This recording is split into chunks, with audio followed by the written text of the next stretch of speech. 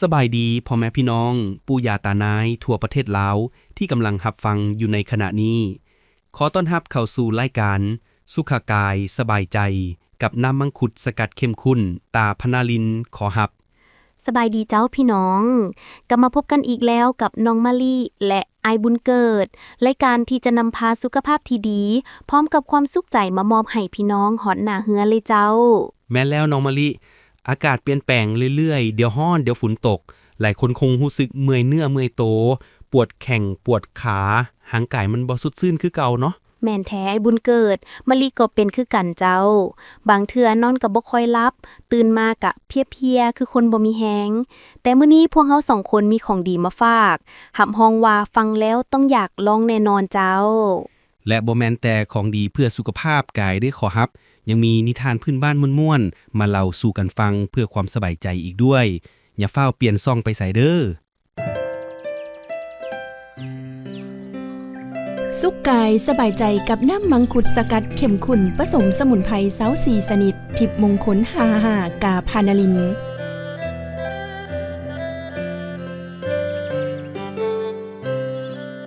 เอาล่ะน้องมะลิเข้าเรื่องของดีที่พวกเฮาเกินไว้ดีกว่าหลายๆคนคงเคยได้ยินชื่อเสียงของมังคุดราชินีแห่งผลไม้ของบ้านเฮากันดีอยู่แล้วเนาะ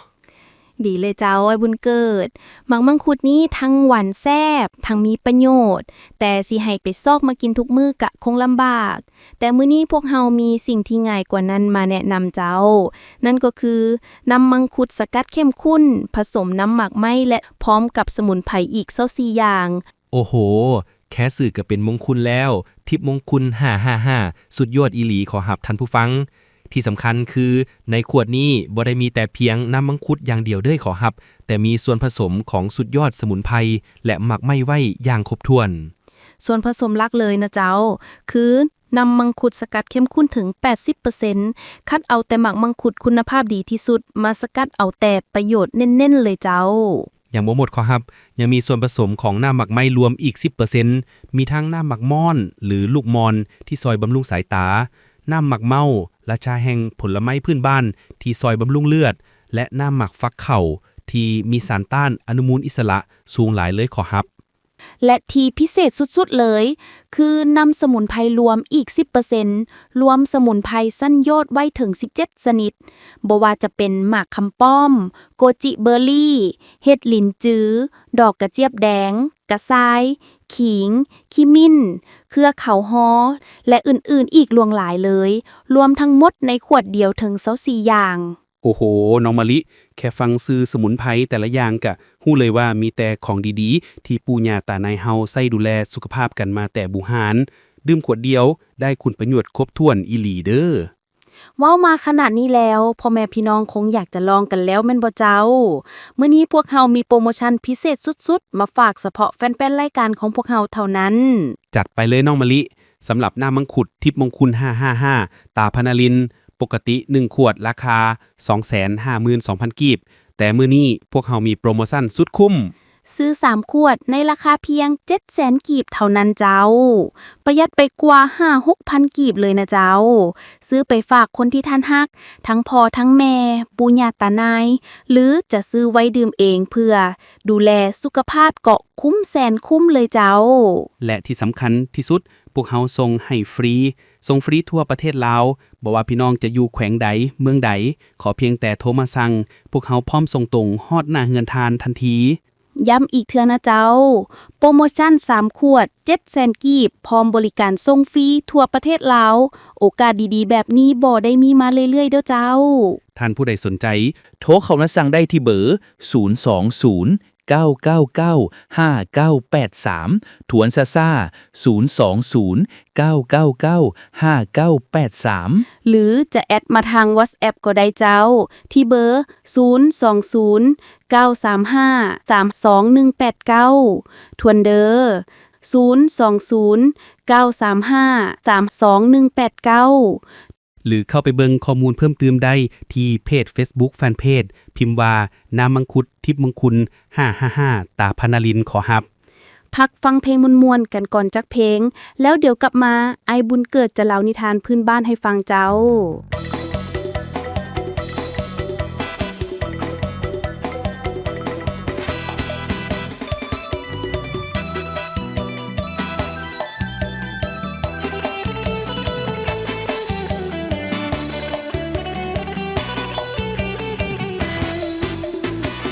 ฟังดูสักทีผมมีของดีบอกพี่น้องชาวไทยทิพย์มงคลจำให้ได้น้ำมังคุดสมุนไพรพนารินทุกโศกโรคภัยไม่มากำกลายเพียงได้ดื่มกินน้ำมังคุดช่วยต้านพลันหมดสิ้นรสชาติถูกลิ้นกินสบายพนารินน้ำมังคุดชั้นดีกับ24สมุนไพรต้านแบคทีเรียเชื้อรายับยั้งเอ็นไซม์ต้นตอก่อเกิดโรคภัยสุดยอดกว่าใครยกให้พนารินฟังดูดีแท้พนารินดีแน่หากท่านได้ดื่มกินพันโทไพโรธพนารินกล้าการันตีว่าดีจริง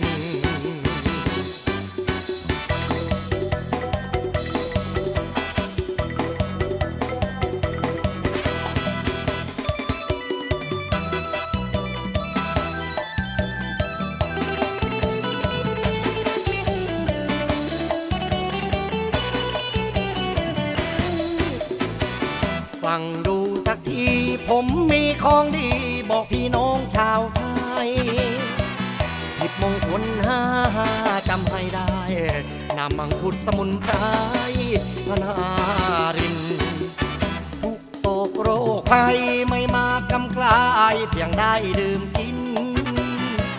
น้ำมังคุดช่วยต้านพลันหมดสิ้นรสชาติถูกลิ้นกินสบายพนารินน้ำมังคุดชั้นดีกับ24สมุนไพรต้านแบคทีเรียเชื้อรายับยั้งเอ็นไซม์ต้นตอก่อเกิดโรคภัยสุดยอดกว่าใครยกให้พนารินฟังดูดีแท้พนารินดีแน่หากท่านได้ดื่มกินพันโทไพโรธพนารินกล้าการันตีว่าดีจริง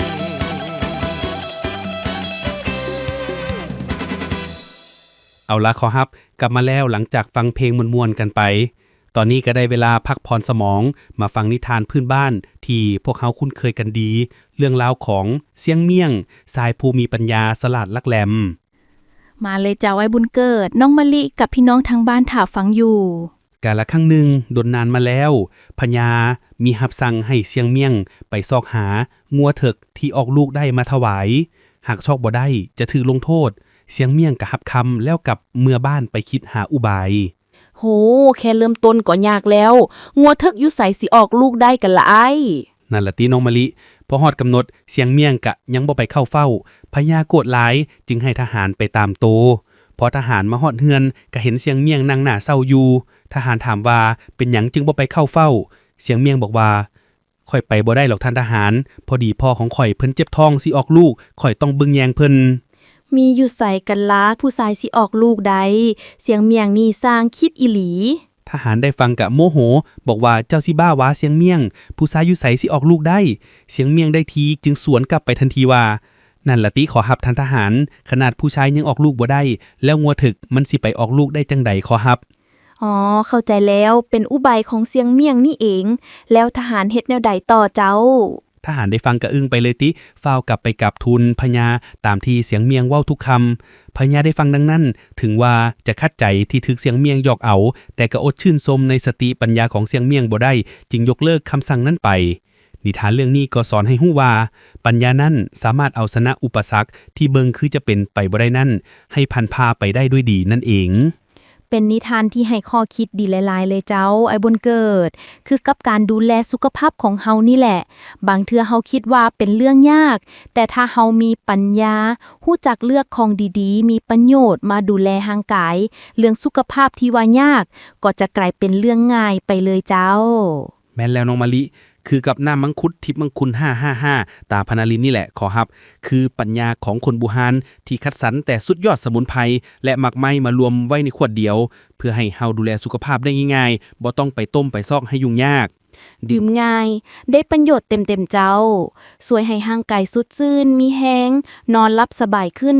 ช่วยบำรุงสายตาบำรุงเลือดลดผ่อนอาการปวดเมื่อยตามร่างกายไผที่เฮ็ดเวียกหนักพักผ่อนน้อย หรือผู้สูงอายุที่ร่างกายเริ่มอ่อนเพลีย อยากให้ลองอีหลีเจ้า ขอย้ำโปรโมชั่นสุดพิเศษกันอีกครั้งเนาะพี่น้องน้ำมังคุดทิพย์มงคุล555ตาพนาลินซื้อ1ขวดราคา 252,000 กีบพิเศษซื้อ3ขวดลดเหลือเพียง 700,000 กีบเท่านั้น และที่สำคัญพวกเขาส่งฟรีทั่วประเทศลาวบ่ต้องเสียค่าส่งจักกีบสั่งมื้อนี้รอท่ารับของดีๆอยู่หน้าเฮือนได้เลยเจ้า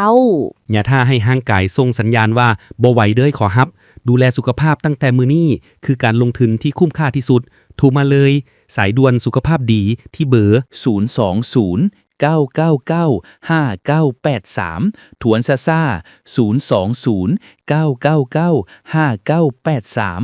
หรือทาง WhatsApp ก็สะดวกเจ้า ที่เบอร์ 020-935-32189 ทวนเดอร์ 020-935-32189 และติดตามข่าวสารดีๆได้ที่ Facebook Fanpage น้ำมังคุดทิพย์มงคุล555ตาพนาลินขอรับฟ้าวๆกันเด้อโปรโมชั่นดีๆแบบนี้มีจำนวนจำกัด เวลาของรายการนำมังคุดสกัดเข้มข้นตาพนาลินในมื้อนี้ก็ใกล้จะหมดลงแล้วเจ้า หวังว่าพี่น้องจะได้ทั้งความสุข สาระดีๆ และข้อคิดจากนิทานที่ไอ้บุญเกิดนำมาฝากกันเจ้า แม่นแล้วขอรับ และที่สำคัญที่สุด อย่าลืมดูแลสุขภาพของตนเอง และคนที่ทานฮักเด้อด้วยผลิตภัณฑ์ดีๆ จากน้ำมังคุดทิพย์มงคุล555ตาพนาลิน โปรโมชั่น 3 ขวด 700,000 กีบส่งฟรีทั่วประเทศยังท่าทานอยู่